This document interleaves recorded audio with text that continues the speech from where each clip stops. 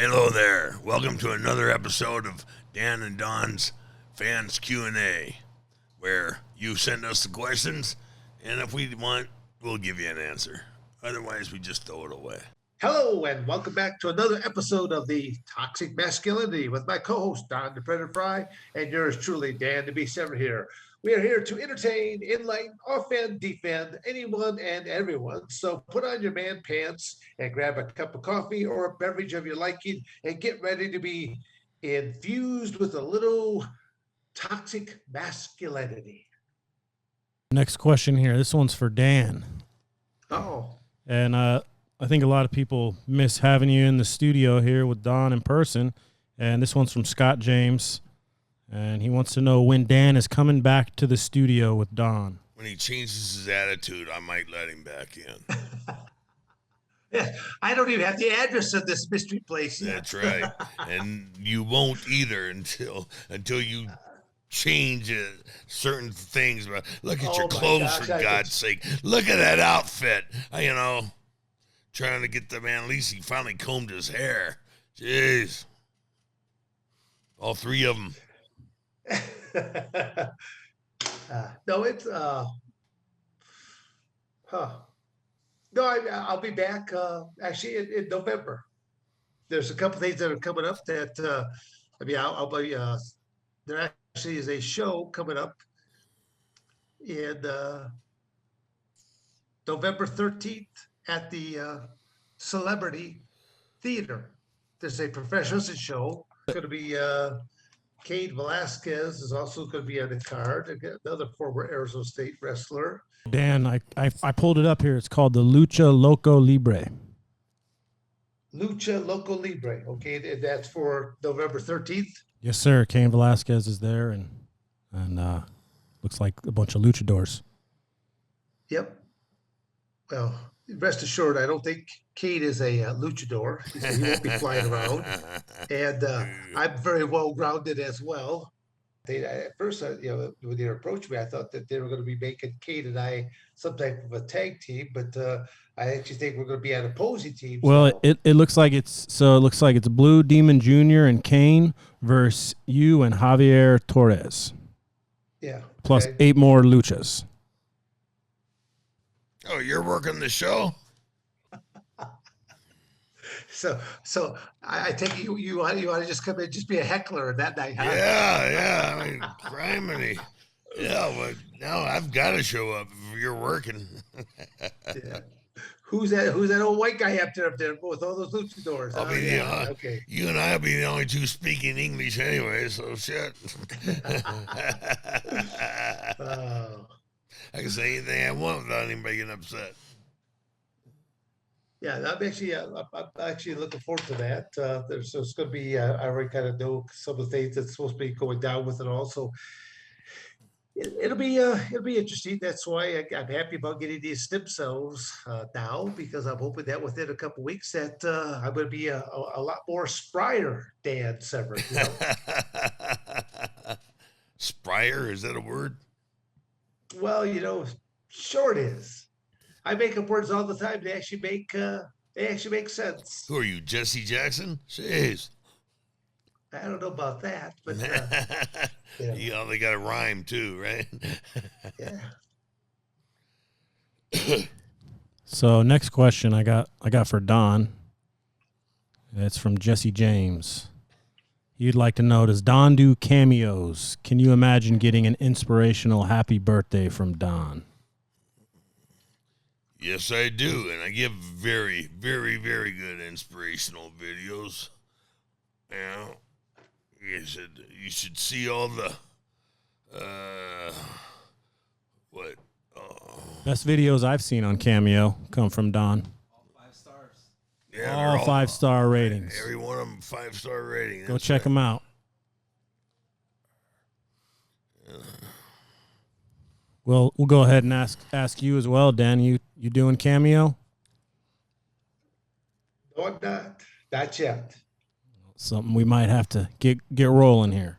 Well, on to another question here for both of you about another fighter. This is from Scott Y. And he wants to know, Scott Y, this is just the guy that's asking the question. Who?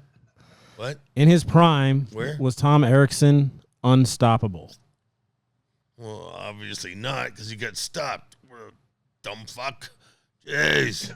Then you see then you watch the Pride fights.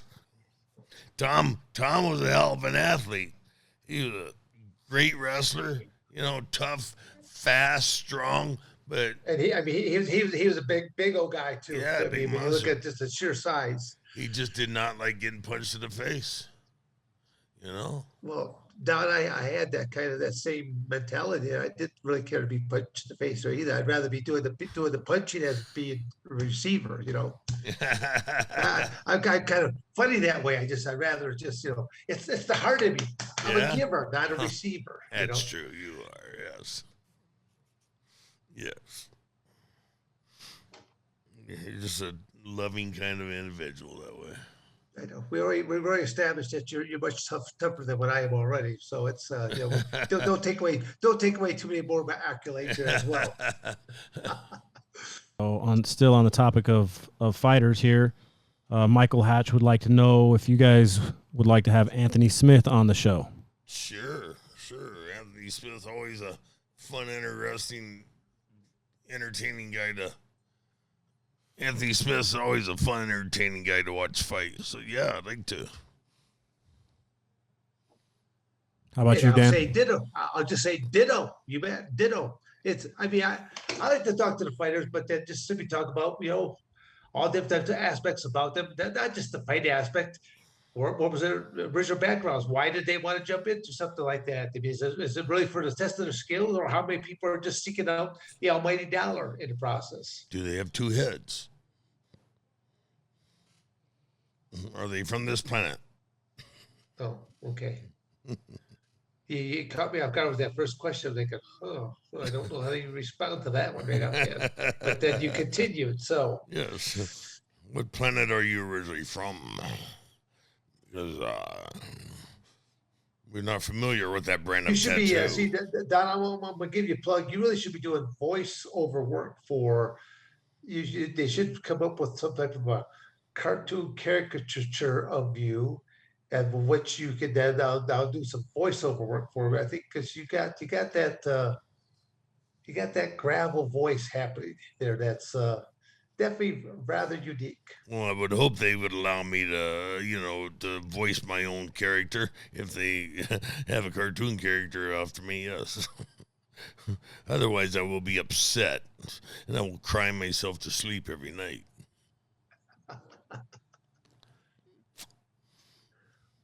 Do we have any other questions? Yeah, we do. I got one specifically for you, Dan. Okay. Wow. I'm shocked, but go ahead. This is from Rob Bozecker. Dan the Beast Severn was the first MMA NHB fighter I ever saw. I was 12 years old, and we watched UFC 5 at a buddy's. He was a role model for me as an athlete after. My question is for Dan. As I've gotten to see your personality shine through on the podcast, you always appeared as the strong and silent type in character. Was it easy for you to come off so intimidating and scary to so many when in fact you're more of a family/businessman? I feel like you are the type to smile a lot for the right price. Laugh out loud. A joke for Don to feel involved. Thank you. I look forward to hearing more. I am a subscribed fan.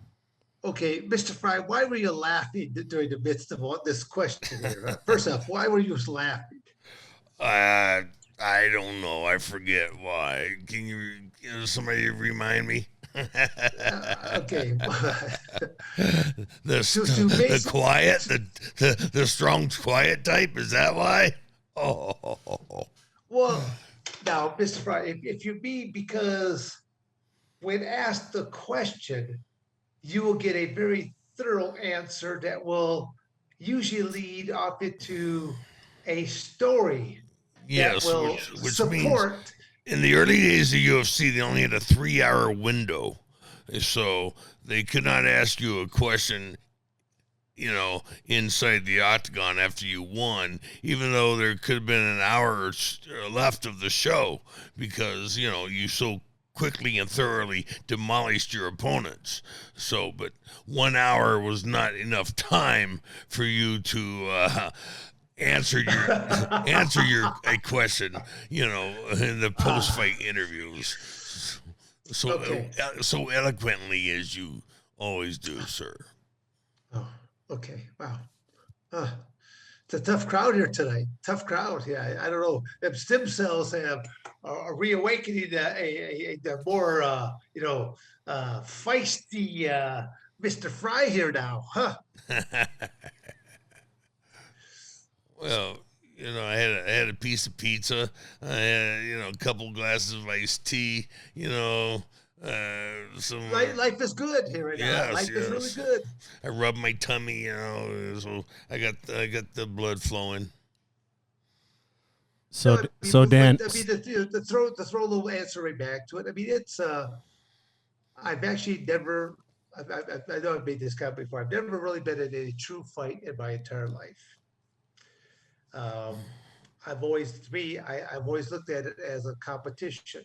Even even when you look at the Ultimate Fighting Championships in the beginning, the NHB, that no holds barred era, I knew what I was getting myself into. I did not tell a single family member, especially in the very first show that I went to. It was really a test of my own skills, and only training basically for 5 days, an hour and a half a day down at Body Slammers Gym with Al Snow's Body Slammers Gym.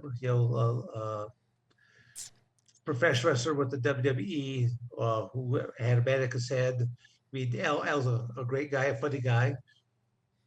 I It found was him to be an ass when I met him. well, again, it just all depends. I think you can meet different people at different times, and they may come off that way. But it's Al's always been great from any time I've been around with him. He's again, good sense of humor. He was always he never had what I call the real shining moments for the WWE. It was he was brought in more like as a enhancement, to where he had always part of the Job Squad. I think he even had a shirt that even said Job Squad to it at one point. But I think his funnest characters when he would go out there with it, just a mannequin's head, and he had a lot of fun being that character. And it's kind of all during that got milk phase, and they basically got head, and it was just kind of. I think it probably is his funnest time period that he had for being involved in Vince McMahon's organization.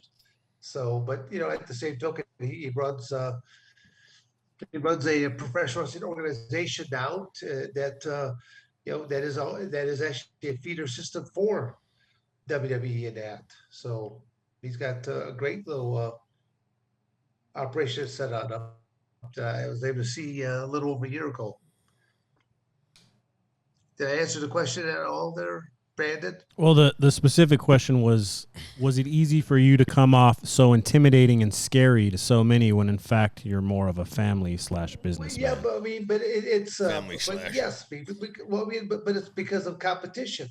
Being a competitor for so many years, there's a time when you know when to put the game face on, and then when not to. So I could always differentiate, between family time. You don't want to be scary to your kids and stuff like that. But family time, family time, and but then competition. I probably understood the psychological aspect even better than most today of how to present yourself to where you become a very intimidating force, but then also other stuff that when there was no holds barred, there were no rounds in between. When they finally added the rounds, there was I would not sit down in between rounds. I would just be standing. I would just walk back and forth with my hands up over my head, up on top of my head there, because my diaphragm's all open wide on up, and I'm doing a lot of deep breathing because who's going to get better air? Someone who's sitting down on a stool, kind of hunched on over, and you got a couple coaches in your face, or someone who's standing up, walking back and forth. Got your whole diaphragm open on up to where you're got deep breaths. I mean, it was. I knew that I was getting the better air aspect, but then the psychological aspect is your your opposition. They're sitting there and they're seeing you walking back and forth, and in their mind they're thinking that old fart's not sitting down. He's not tired. Oh yes, I am.